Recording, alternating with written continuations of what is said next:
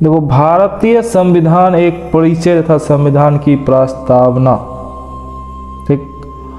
वरीयता क्रम या पद, देखो पद देखो, सबसे बड़ा राष्ट्रपति का पद होता है, उसके बाद उपराष्ट्रपति, प्रधानमंत्री, राज्यपाल, उसके बाद भूतपूर्व राष्ट्रपति, स्पीकर, सीजेआई, मंत्री, विपक्ष, तब भारत रत्न विजेता, उसके बाद जज, यूपीएससी, निर्वाचन, सीएजी। देखो फिर से, राष्ट्रपति, उपराष्ट्रपति, प्रधानमंत्री, राज्यपाल, भूतपूर्व राष्ट्रपति, स्पीकर, सीजेआई, मंत्रिपरिषद, भारत रत्न विजेता, जज, यूपीएससी, निर्वाचन, सीएजी। देखो, एक होता है ईडी, प्रवर्तन निर्देशालय। ईडी की स्थापना, इसकी स्थापना 1956 में हुई। यह गैर कानूनी वित्तीय लेन देन की जांच करता है। यह विदेशों से आने वाले धन की भी जांच करता है। इसका मुख्यालय दिल्ली है। देखो, ईडी की स्थापना 1956 में होती है और इसका मुख्यालय दिल्ली है। सीबीआई, इसकी स्थापना 1963 में के संस्थानम के सिफारिश में हुई। प्रारंभ में यह दिल्ली पुलिस की ही शाखा थी। यह भारत की सबसे बड़ी जांच एजेंसी है। देखो, सीबीआई की स्थापना 1963 में के संस्थानम के सिफारिश में हुई। प्रारंभ में यह दिल्ली पुलिस की ही शाखा थी। यह भारत की सबसे बड़ी जांच एजेंसी है। सीवीसी, सेंट्रल विजिलेंस कमीशन, केंद्रीय सतर्कता आयोग, इसकी स्थापना 1964 में के संस्थानम के सिफारिश पर हुई। यह सभी केंद्रीय कर्मचारियों पर नजर रखता है ताकि भ्रष्टाचार में कमी आए। यदि किसी अधिकारियों के विरुद्ध शिकायत करनी हो तो सीबीसी के पास किया जाता है। इसके आयुक्त के कार्यकाल 4 वर्ष या 65 वर्ष की आयु तक रहता है। ठीक है, सीबीसी समझ गया। इसकी स्थापना कब हुई? 1964 में। इसके आयुक्त की कार्यकाल 4 वर्ष 65 वर्ष तक की आयु तक। राष्ट्रीय ध्वज, इसे 22 जुलाई 1947 को अपनाया गया। 22 जुलाई 1947 को इसे 22 जुलाई 1947 को अपनाया गया। इसकी लंबाई चौड़ाई में 3/2 का अनुपात होता है, जिसे पिंगली वेंकैया ने तैयार किया। इसका निचला भाग हरा होता है जो हरियाली का प्रतीक है। केसरिया ऊपर रहता है जो बलिदान का प्रतीक है। बीच में सफ़ेद पट्टी है जो शांति का प्रतीक है। बीच में 24 तिलियों का चक्र है जो प्रकृति का संकेत है। सर्वप्रथम भारत का झंडा भीखाजी कामा के द्वारा 1907 में जर्मनी के स्टुअर्ट में अंतर्राष्ट्रीय समाजवाद की बैठक में हरा, लाल और केसरिया के रूप में तैयार किया गया था। ध्वज नियम के अनुसार राष्ट्रीय ध्वज दाहिनी तरफ होता है और अन्य ध्वज से ऊपर रहता है। जुलूस लेकर चलने वाला व्यक्ति राष्ट्रीय ध्वज लेकर चलेगा और ध्वज दाहिनी कंधे पर लेकर चलेगा। सूर्यास्त के बाद और सूर्यास्त के पहले ध्वज नहीं फहराया जा सकता है।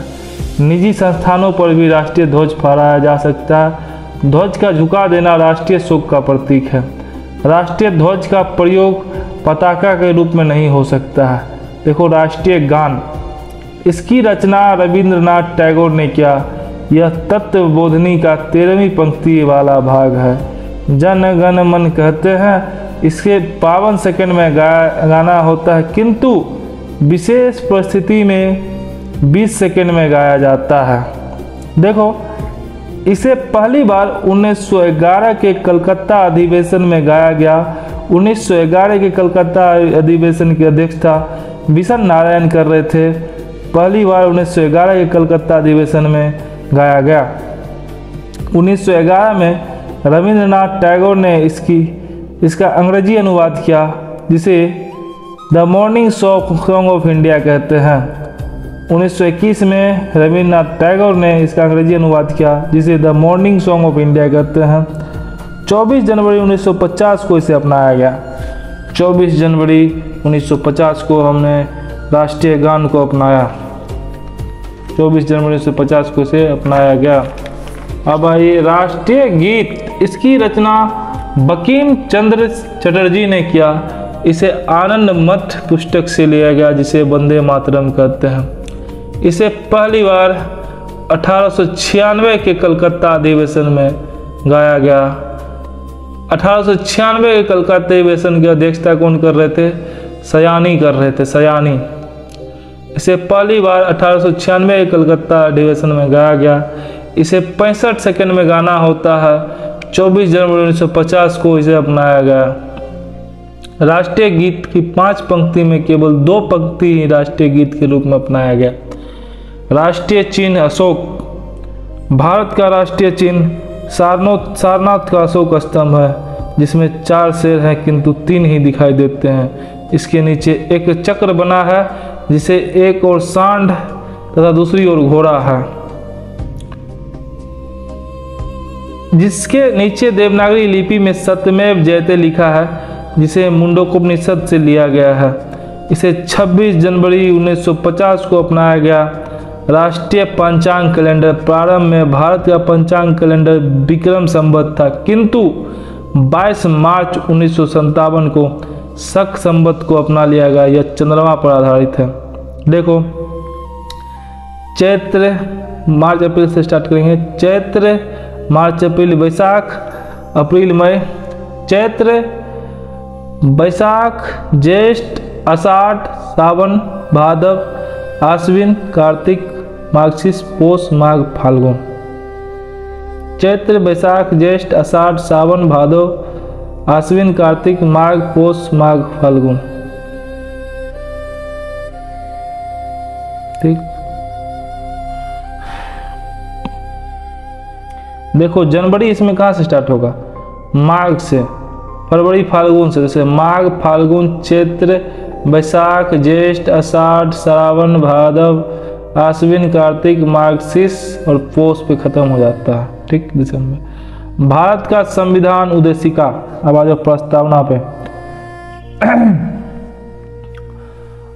हम भारत के लोग भारत को एक संपूर्ण प्रभुत्व संपन्न समाजवादी पंथ निरपेक्ष लोकतंत्रात्मक गणराज्य बनाने के लिए तथा उसके समस्त नागरिकों को सामाजिक आर्थिक और राजनीतिक न्याय, विचार अभिव्यक्ति विश्वास धर्म और उपासना की स्वतंत्रता, प्रतिष्ठा और अवसर की समता प्राप्त करने के लिए तथा उन सब में व्यक्ति की गरिमा और राष्ट्र की एकता और अखंडता सुनिश्चित करने वाला बंधुता बढ़ाने के लिए दृढ़ संकल्प होकर अपनी इस संविधान सभा में आज तारीख 26 नवंबर 1949 ईस्वी मार्गशीर्ष शुक्ल सप्तमी संवत 2006 विक्रमी को एरत द्वारा इस संविधान को अंगीकृत अधिनियमित और आत्मप्रतीत करते हैं। भारत का संविधान का उद्देश्य का क्या है? हम भारत के लोग भारत को एक संपूर्ण प्रभुत्व संपन्न समाजवादी पंथ निरपेक्ष लोकतंत्रात्मक गणराज्य बनाने के लिए तथा इसके समस्त नागरिकों को सामाजिक आर्थिक और राजनीतिक न्याय, विचार अभिव्यक्ति विश्वास धर्म और उपासना की स्वतंत्रता, प्रतिष्ठा और अवसर की समान समता प्राप्त करने के लिए तथा उन सब में व्यक्ति की गरिमा और राष्ट्र की एकता और अखंडता सुनिश्चित करने वाली बंधुत्व बढ़ाने के लिए दृढ़ संकल्प होकर अपनी इस संविधान सभा में आज तारीख 26 नवंबर 1949 ईस्वी मार्गशीर्ष शुक्ल सप्तमी संवत 2006 विक्रमी को एकदम इस संविधान को अंगीकृत अधिनियमित और आत्मप्रतीत करते हैं। देखो, प्रस्तावना को अमेरिका से लिया गया है, जबकि इसकी भाषा ऑस्ट्रेलिया से ली गई है। प्रस्तावना को अमेरिका से लिया गया है, जबकि इसकी भाषा ऑस्ट्रेलिया से ली गई है। संविधान निर्माताओं की मनोभावना आदर्श नीति निर्देश तत्व में दिखते हैं। प्रस्तावना को संविधान की कुंजी कहते हैं। प्रस्तावना में संघ या वयस्क मध्याधिकार की चर्चा नहीं है। प्रस्तावना के आधार पर भारतीय नागरिकों को सामाजिक, आर्थिक और राजनीतिक 3 प्रकार का न्याय, प्रतिष्ठा और अवसर 2 प्रकार की समानता एवं विचार अभिव्यक्ति विश्वास धर्म और उपासना 5 प्रकार की स्वतंत्रता भारतीय नागरिक को प्राप्त होता है। सुप्रीम कोर्ट प्रस्तावना को संविधान की भाग मानता है और इसे संविधान की आत्मा कहता है। प्रस्तावना में समानता, स्वतंत्रता तथा बंधुत्व फ्रांस की क्रांति से लिया गया है। प्रस्तावना में स्वतंत्रता, समानता तथा बंधुत्व फ्रांस की क्रांति से लिया गया है। बेलूबाई तथा चंपकद्वय राजन विवाद 1960 में सुप्रीम कोर्ट ने कहा कि प्रस्तावना संविधान का भाग नहीं है। बेलूबारी तथा चंपकद्वय राजन विवाद 1960 ईस्वी में सुप्रीम कोर्ट ने कहा कि प्रस्तावना संविधान का भाग नहीं है। केशवानंदन भारतीय विवाद 1973 में सुप्रीम कोर्ट ने कहा कि प्रस्तावना संविधान का भाग है।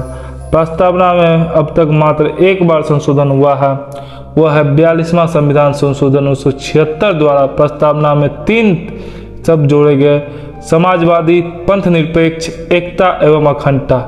धर्मनिरपेक्ष का अर्थ होता है सरकार धर्म से दूरी बनाकर रखेगी, जबकि पंथ निरपेक्ष का अर्थ होता है सरकार किसी भी धर्म से भेदभाव नहीं करेगी। भारत एक पंथ निरपेक्ष देश है क्योंकि राज्य देश का कोई धर्म नहीं है। देश के लिए आवश्यक तत्व क्या है? क्षेत्रफल, जनसंख्या, सरकार, संप्रभुता। संप्रभुता मतलब तो मालूम ही है, देखो मुझे सब मालूम है।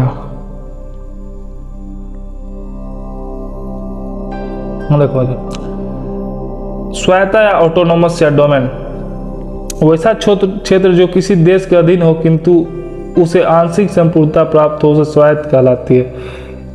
चीन का तिब्बत तथा हांगकांग और डेनमार्क का ग्रीनलैंड। देखो प्रांत का राज्य होता है। शासन के प्रकार एकात्मक, संघात्मक। देखो एकात्मक सरकार में राज्यों की विशेष राज्यों को शक्ति नहीं होती है, जैसे ब्रिटेन। संघात्मक में केंद्र और राज्य दोनों शक्तियां होती हैं, जैसे यूएसए, कनाडा, भारत, पाक की बहन चुरी का एग्जाम्पल लेना चाहिए। भारत पूरी तरह से एकात्मक न संघात्मक है, भारत एक असंघात्मक है। भारत में अधिकांश गुण संघात्मक के हैं किंतु निम्नलिखित गुण जो एकात्मक में होते हैं। राष्ट्र का प्रमुख राज्यपाल होता है किंतु इसकी नियुक्ति केंद्र करता है। भारत में नागरिक केंद्र सरकार देता है जबकि राज्य सरकार केवल आवासीय देता है।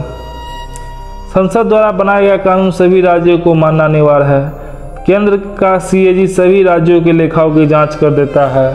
पूरे भारत में कड़ी न्यायपालिका है। आपातकालीन शक्ति केवल केंद्र की है और आपातकाल के दौरान संविधान एकात्मक हो जाता है। अखिल भारतीय सेवा अनुच्छेद 311, नीति आयोग तथा योजना आयोग। देखो सरकार के प्रकार, मोनार्की, तानाशाही मालूम ही है।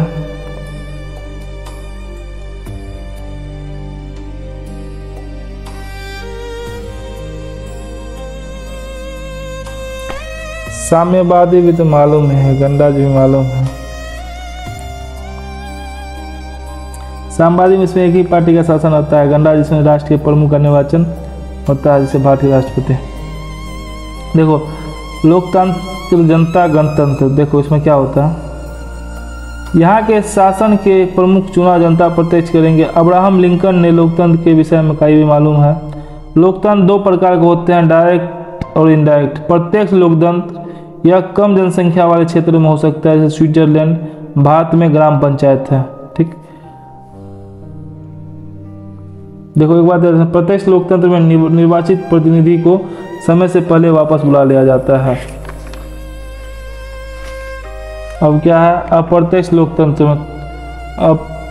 अप्रत्यक्ष लोकतंत्र में क्या होता है, एक अध्यात्मक, एक संसदीय प्रणाली। अध्यात्मक मतलब सारा पावर राष्ट्रपति के पास होता है। इसमें कार्यपालिका, विधायिका और न्यायपालिका का मध्य शक्ति का स्पष्ट विभाजन नहीं होता। संसदीय में क्या होता है तो मालूम ही है। इसमें क्या होगा, कार्यपालिका पर विधायकों को प्राथमिकता दी जाती है। ठीक है, नौकरशाही भी मालूम है। जिस व्यवस्था में अधिकारियों का बोलबाला होता है उसे नौकरशाही कहते हैं, इसे लाल फीताशाही भी कहते हैं। इसमें बहुत अधिक विभागीय प्रक्रिया होती है, जैसे भारत में है। सरकार के अंग भी मालूम है, विधायिका, कार्यपालिका, न्यायपालिका, पत्रकारिता। अब देखो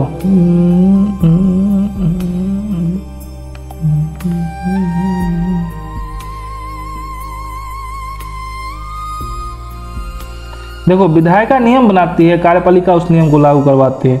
न्यायपालिका नियम न मानने वाले को दंडित करते हैं। मीडिया किसी मुद्दे को राष्ट्रीय पटल पर उजागर करते हैं। मीडिया को लोकतंत्र का चौथा स्तंभ कहा जाता है, जिसका मुख्य कार्य शासन में आ रही कमी को उजागर करना तथा भारत की आलोचना करना तथा सरकार की आलोचना करना। सरकार की आलोचना करना। भारतीय संविधान में चौथे स्तंभ प्रेस के लिए भी एक भी अनुच्छेद नहीं है। सरकार की सफलताओं को गिनवाने के लिए सूचना एवं प्रसारण मंत्रालय होता है। भारत में अनुच्छेद 50 के तहत कार्यपालिका और न्यायपालिका अलग अलग है। न्यायपालिका सर्वोच्च तथा स्वतंत्र निकाय है। भारत में खड़ी न्यायपालिका है। विधायिका और कार्यपालिका आपस में जुड़े होते हैं। कार्यपालिका विधायक के प्रति उत्तरदायी होता है। जब कोई मंत्री संसद में बैठता है तो विधायिका का अंग है, किंतु जब वो अपने मंत्रालय में बैठता है तो वह कार्यपालिका का अंग है। विधायिका कार्यपालिका पर अपना नियंत्रण रखती है। यदि कार्यपालिका तो मालूम है, ठीक है, हटाओ। कार्यपालिका के दो प्रकार होते हैं। अस्थायी कार्यपालिका, यह सेवानिवृत्त या रिटायरमेंट तक अपने पद पर होते हैं। अधिकारी हो गया, यही है, हटाना। अस्थायी जो जिसका चुनाव होगा। FIR का फुल फॉर्म होता है फर्स्ट इंफॉर्मेशन रिपोर्ट, ठीक है। केस डायरी भी है। चार्जशीट भी मालूम है। IPC की धारा लिखी गई रहती है चार्जशीट में। चार्जशीट फाइल होने के बाद मुकदमा कोर्ट में चलता है। देखो IPC इंडियन पिनल कोड, इसे 1861 के अधिनियम के तहत लॉर्ड कैनिंग के समय लाया गया। इसमें अपराध की परिभाषा दी जाती है। इंडियन पिनल कोड 1861 के अधिनियम के तहत लॉर्ड कैनिंग के समय लाया गया। हमारे CRPC भी मालूम है। इसमें अपराध के बदले कितना दंड दिया जाएगा इसकी चर्चा रहती है। न्यायालय की प्रक्रिया को बताता है। अब आ जाओ आगे। देखो, धारा 34 सामूहिक अपराध, 201 सबूत मिटाना, 300 हत्या,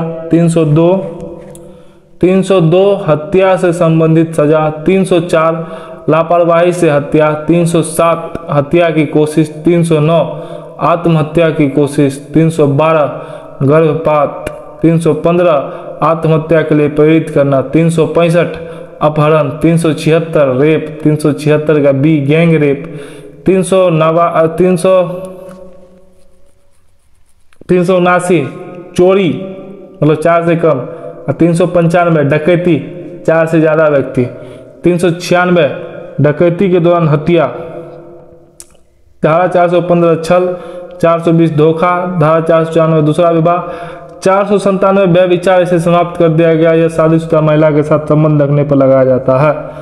499 मानहानि, फिर से देख लो। 34 सामूहिक अपराध, 201 सबूत मिटाना, 300 हत्या, 302 हत्या संबंधित सजा, 304 लापरवाही से हत्या, 307 हत्या की कोशिश, 309 आत्महत्या की कोशिश, 312 गर्भपात, 315 आत्महत्या के लिए प्रेरित करना, 365 रेप, 376 गैंग रेप, 376 बी 365 अपहरण था, 376 रेप, 376 बी गैंग रेप, 379 चोरी, 395 डकैती, 396 डकैती के दौरान हत्या, 415 छल, 420 धोखा, 494 दूसरी विवाह, 497 शादीशुदा महिला के साथ संबंध रखने पर लगाया जाता था। 499 मानहानि, धारा 166A FIR न लिखने पर इसका प्रयोग पुलिस के विरुद्ध किया जाता है। जब पुलिस FIR नहीं लिखती हो तो पुलिस स्टेशन से FIR लिखवाया जाता है, जिसे 0 FIR कहते हैं। सीधे कोर्ट में भी जाकर FIR लिखवाया, ठीक है। जमानत, गिरफ्तारी के बाद व्यक्ति जमानत, ठीक है। देखो, गिरफ्तारी के बाद व्यक्ति कोर्ट में रिहाई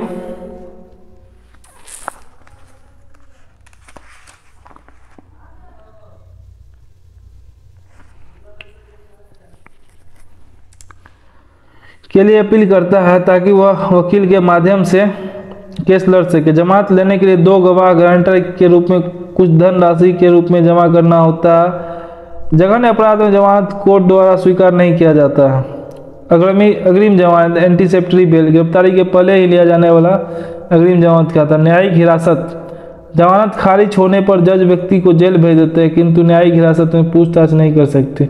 पुलिस रिमांड, जेल में बंद व्यक्ति से पूछताछ के लिए कोर्ट की अनुमति से व्यक्ति को 14 दिन के लिए पुलिस को सौंप देते हैं, जैसे पुलिस रिमांड करते हैं। अब आ जाओ इधर, साइबर क्राइम 66, 67, 67 का ए, 67 का बी के तहत जब कोई व्यक्ति किसी फोटो या वीडियो का दुरुपयोग करता है तो इन धाराओं के विरुद्ध उस पर कार्रवाई की जाती है। धारा 144 के तहत व्यक्ति को समूह में इकट्ठा नहीं होने देता। पेरोल, जब कोई अपराधी मतलब अच्छा काम करता है तो उसको छोड़ दिया जाता है पेरोल पे। संजय दत्त एग्जाम्पल में लौड़बा।